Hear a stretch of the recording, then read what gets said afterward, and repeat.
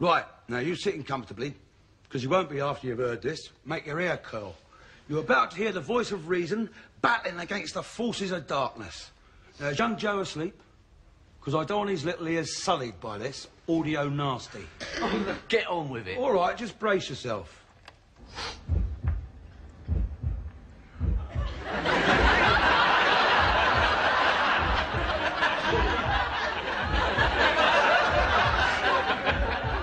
This is worse than I thought. Hey? I knew she was hostile, Dad, but I didn't think she had a set of war drums.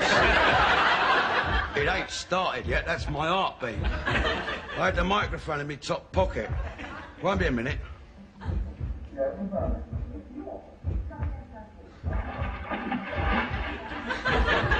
Well, this all took place underwater, did it? That's my tea going down. Stab reinforcements. No, it's the toast. I don't think this is going to stand up in court, Dad. I mean, all that tape proves is that she hasn't put you off your food. I've failed, haven't I? Hey, I can't even bug her properly. Never mind, Sam. I do mind. You should have heard what she said to me, Angie. Well, why don't you give us a condensed version? Well, the gist of it was that I'm an insane alcoholic lout, a retarded goat. Should have been strangled at birth, living in a pond. She's a very difficult woman to please. Should hear what she says about you behind your back. What, you mean that's her being tactful, is it?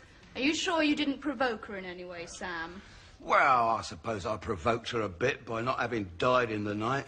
It's not my fault, is it, eh? I'll tell you, Angie, she keeps hammering at me till I move out of there. Have a word with her, will you?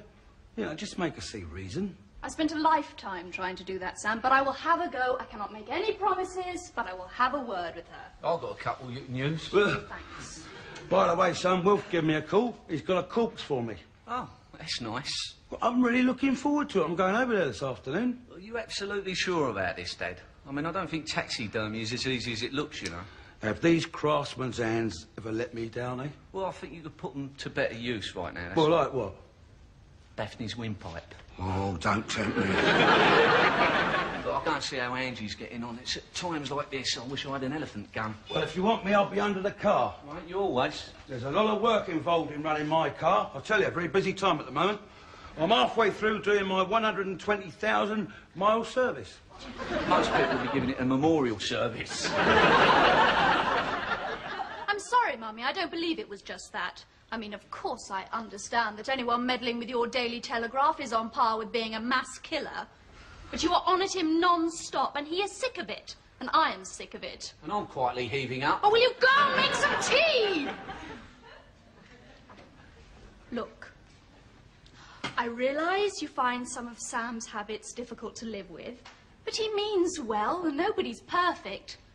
Except my baby. He's perfect, and he is the reason you are here, and he is the reason Sam is here. Now, Joe may be the only thing you two have in common, but you must try and build on it. Have you finished? No. Look, I know you find Sam a little bit of a culture shock, but I reckon if you just think positive, he'll grow on you. Like a wart, you mean? Right, that is it. End of tether. Consider yourself evicted. Oh, God, here we go. Look, Mummy, believe it or not, I want you to be happy. Can't you compromise a bit? I mean, if you're going to be nasty to Sam, at least try and be nice about it. Please, Mummy, make an effort, eh? Was that a yes or a not in a million years? That's better, I hope. Kettle's on the boil. What am I making, tea or strychnine? Better make it tea. Right. What's the state of your sitting room? Why do you ask? Well, it usually looks as if a bomb's hit it. Have you forgotten that Elspeth's coming to tea? What's that got to do with my sitting room? Because that's where we're going to have it. Mummy, she's your friend, not mine. Now, our sitting room is off bounds. You know the rules. But you can't expect us to have tea down here. Elspeth's very highly strung. It's unthinkable that she should run the risk of a further encounter with my flatmate. Please, Angela. Elspeth's nerves could disintegrate irretrievably. Why should they? Why? Cast your mind back to your wedding reception and the vulgar finale of his speech. Oh, you mean... It was very funny, Mummy. Angela.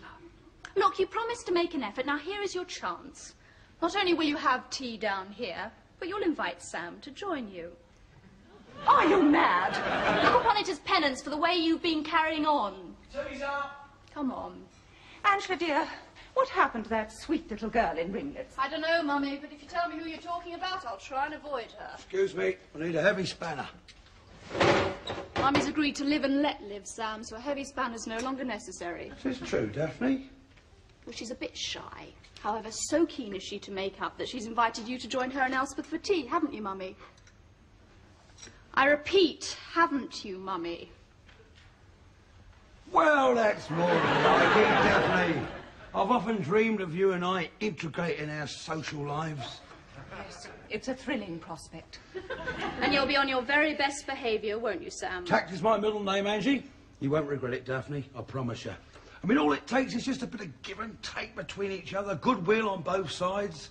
I mean, this is just a turning point, isn't it? I can imagine it now, you and me skating together in perfect harmony. Yeah, you Torval, me Dean.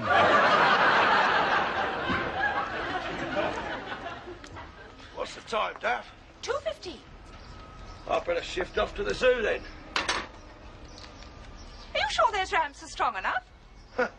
You know, that's the kind of friendly concern for my welfare I never thought I'd live to see. I'm very grateful you've taken Angie's little pep talk to heart. But to answer your question, these ramps are made of the finest tempered steel, so you can put your mind at rest. So there's absolutely no danger of them collapsing and crushing you to pulp? Pity. I heard that. Angela, I do wish you wouldn't interrupt. I hadn't quite finished. I was about to say, pity. I'm not a car mechanic, so that I too could lie under this nice ram's car for hours on end and wonder at the marvels of vintage engineering. All right?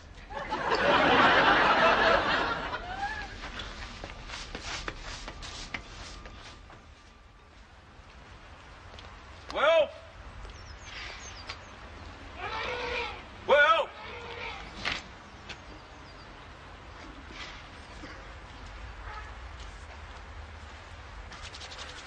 Oh, here we go. Invasion of the body snatcher. How long is he then, Wilf? I reckon Roger's about 3 foot. Roger? That's an unusual name for a snake. His real name's in Latin, and about twice as long as the alphabet. I always called him Roger for short. I'll miss him. I try not to get too emotionally involved with the reptiles, but I always had rather a soft spot for Roger. He was never any trouble. Very clean in his habits. Unlike some I could mention. I don't think Roger would have had many regrets. He had a good life. As many mice as he wanted. Nice digs, central heating, all rent-free, no rates to pay. They're better off than we are, Sam. Well, if you think he was happy in this life, you wait till you see what I got in store for him in the next. I'm confident that I can restore him to the last scale of his former glory. You'll have your work cut out there, Sam. He's been in with the mongoose for the last week. What? It's in policy.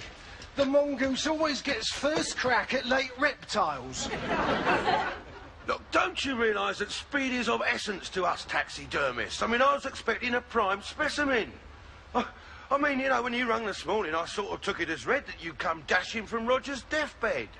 If it's any consolation, the mongoose wasn't that keen on Roger. He had a bit of a nibble the first day, then he seemed to lose interest. I don't think he's touched him since. I suppose as each day passes, he's finding Roger less and less appetising. Yeah, but that makes 2 of us, doesn't it? I mean, I'm going off Roger fast. What kind of state's he going to be in?